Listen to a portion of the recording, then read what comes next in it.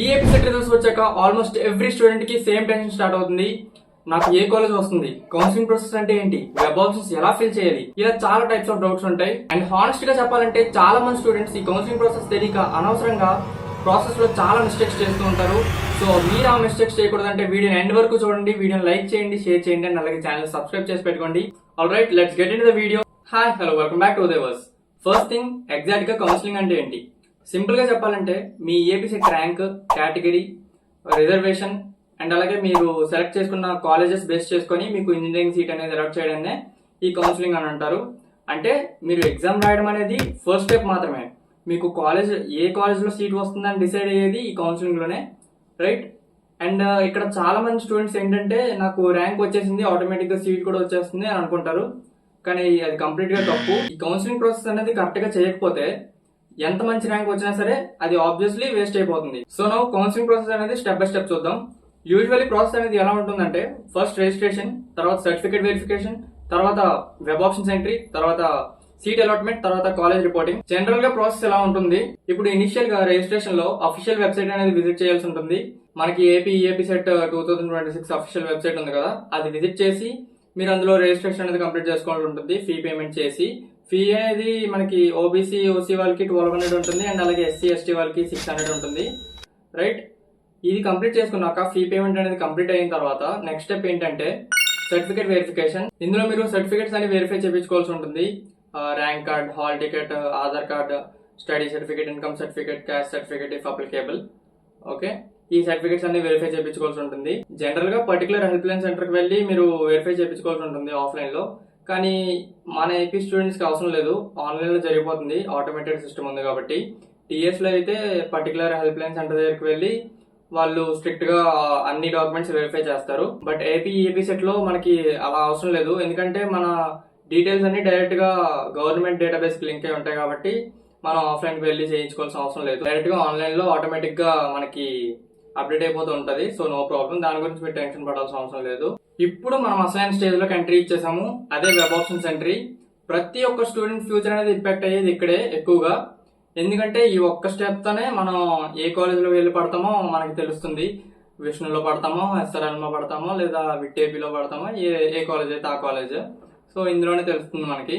So web options అంటే simple గా మీ ప్రిఫర్డ్ కాలేజెస్ అండ్ బ్రాంచెస్ ఉంటాయి కదా, అవి ఆర్డర్ లో సెలెక్ట్ చేసుకోవడమే వెబ్ ఆప్షన్స్ అంటే. ఫర్ ఎగ్జాంపుల్ ఫస్ట్ ఆప్షన్ అనేది CSBS in XYZ colleges, second option వచ్చేసి AIDS in XYZ colleges, third option అనేది వేరే ఏమైనా బ్రాంచ్ పెట్టి లైక్ XYZ కాలేజెస్, అంటే మీకు నచ్చిన కాలేజెస్ అనేవి ఆర్డర్ లో పెట్టుకుంటారు, బ్రాంచెస్ కాలేజెస్ సెలెక్ట్ చేసుకుంటారు, ఇలా ప్రిఫరెన్సెస్ లో అరేంజ్ చేస్తారు. ఇక్కడే చాలా మంది స్టూడెంట్స్ చేసే బిగ్గెస్ట్ మిస్టేక్ ఏంటంటే నా ఫ్రెండ్ ఏం పెడతాడో నేను కూడా అదే పెడతాను.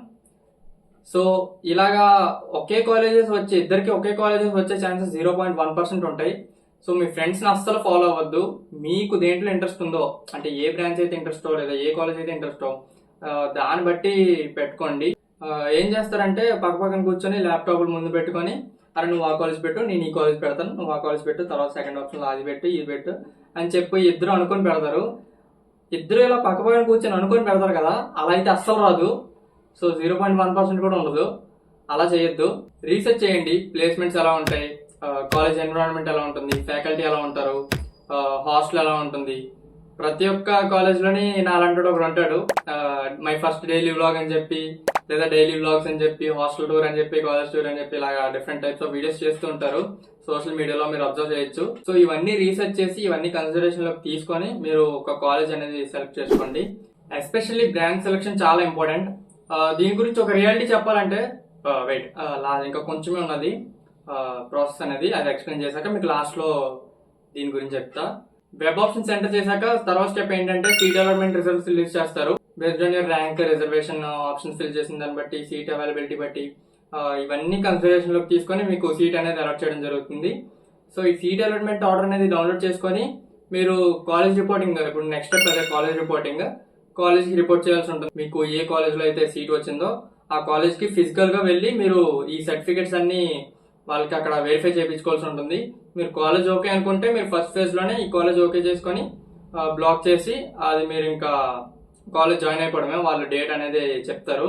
సో ఇది టోటల్ కౌన్సిలింగ్ ప్రాసెస్ అనమాట, ఇలా జరుగుతుంది. ఫస్ట్ రిజిస్ట్రేషన్ చేసుకుంటారు, ఫీ పేమెంట్ చేసుకొని తర్వాత సర్టిఫికేట్ వెరిఫికేషన్, అది ఏపీ వాళ్ళకి పెద్ద ఏం పని ఉండదు, ఆన్లైన్లో జరిగిపోతుంది. ఈ సర్టిఫికేట్ వెరిఫికేషన్ తర్వాత web options entry, main thing web options entry, ఇది మాత్రం అస్సలు మర్చిపోవద్దు. దీని గురించి నేను కంప్లీట్గా వీడియోస్ చేస్తా, సబ్స్క్రైబ్ చేసి పెట్టుకోండి, మీకు నోటిఫికేషన్ వస్తుంది. రైట్, తర్వాత వెబ్ ఆప్షన్స్ ఎంటర్ చేశాక సీట్ అలాట్మెంట్ తర్వాత కాలేజ్ రిపోర్టింగ్, అంతే. ఇప్పుడు మీకు ఒక రియాలిటీ చెప్పాలంటే, చాలా మంది స్టూడెంట్స్ ఈ కౌన్సిలింగ్ ప్రాసెస్ లో ఫుల్ టెన్షన్ అయిపోతూ ఉంటారు. నాకు ర్యాంక్ తక్కువ వచ్చింది, నాకు మంచి కాలేజ్ రాదేమో, నా లైఫ్ సెట్ అవ్వదేమో, ఇలా కూడా ఉంటాయి. ఈ సిచ్యువేషన్స్ కూడా చాలా ఉంటాయి. బట్ లిసన్ కేర్ఫుల్లీ, కాలేజ్ అనేది ఇంపార్టెంటే, కానీ కాలేజ్ ఒక్కటే మీ లైఫ్ ని డిసైడ్ చేయదు. ఇంజనీరింగ్ లో అసలైన గ్రోత్ అనేది ఎప్పుడు స్టార్ట్ అవుతుందంటే, మీరు మీ ఓన్ గా స్కిల్స్ ని డెవలప్ చేసుకున్నప్పుడే అసలైన గ్రోత్ అనేది స్టార్ట్ అవుతుంది. కాలేజ్ వల్ల ఏమీ మారిపోదు, జస్ట్ మీకు గ్రాడ్యుయేషన్ సర్టిఫికేట్ ప్రొవైడ్ చేయడానికి కాలేజ్ తప్ప, మీరు మీ ఓన్ స్కిల్స్ నేర్చుకొని గ్రోత్ ని డెవలప్ చేసుకోవడమే. రైట్, ఇంజనీరింగ్ లో ఇక్కడే మీకు అసలైన గ్రోత్ అనేది తెలుస్తుంది, మీ ఎబిలిటీ ఏంటో, మీ క్యాపబిలిటీ ఏంటో. సో స్మార్ట్ గా చూస్ చేసుకోండి. ఇందాక ఒక రియాలిటీ చెప్తా అన్నాను కదా బ్రాంచ్ సెలక్షన్ కోసం, అది ఇప్పుడు చెప్తాను వినండి. ఎస్పెషల్లీ బ్రాంచ్ సెలక్షన్ చాలా ఇంపార్టెంట్ అని చెప్పాను. ఎందుకంటే ఇప్పుడు మీరు బ్రాంచ్ సెలెక్ట్ చేసుకుంటారు కదా, ఏదైతే ఉందో అది సిఎస్సి అయితే సిఎస్సి, లేదా ఈసీఈ, ఏడిఎస్, సిఎస్బిఎస్, ఏదైతే అది మీరు ఏ బ్రాంచ్ అయితే సెలెక్ట్ చేసుకుంటారో ఆ బ్రాంచ్ మీరు 4 years పాటు చదువుతారు. ఆ బ్రాంచ్ కి సంబంధించిన స్కిల్స్ నేర్చుకుంటారు. ఎక్స్టర్నల్ గా నువ్వేం చేద్దామన్నా, ఏం నేర్చుకుందామన్నా సరే నీ దగ్గర అంత టైం ఉండదు, కాలేజ్ నీకు అంత టైం ఇవ్వదు. జస్ట్ ఈ బ్రాంచ్ ట్రెండింగ్ లో ఉంది, జాబ్స్ మంచిగా ఉన్నాయి అని చెప్పేసి ఎవరో చెప్తే నువ్వు అది విని నువ్వు సెలెక్ట్ చేసుకోవద్దు. నీకు దేంట్లో ఇంట్రెస్ట్ ఉందో, నువ్వు దేంట్లో ప్రూవ్ చేసుకోగలవో ఆ బ్రాంచ్ ని సెలెక్ట్ చేసుకోవడానికి ట్రై చేయి. సో ఇంతే, ఇదే చెప్పాలనుకున్నా. వెళ్ళిపోయే ముందు వీడియోని లైక్ చేయండి, షేర్ చేయండి, అండ్ అలాగే ఛానల్ సబ్స్క్రైబ్ చేసుకోండి. మీరు లైక్ చేయడం వల్ల వీడియో అనేది ఎక్కువ మందికి రీచ్ అవుతుంది. సో వీడియోని లైక్ చేయండి, అండ్ అలాగే వీలైతే షేర్ చేయండి 10 మందికి, అండ్ అలాగే ఛానల్ సబ్స్క్రైబ్ చేసుకోండి. That's all for today. Thanks for watching.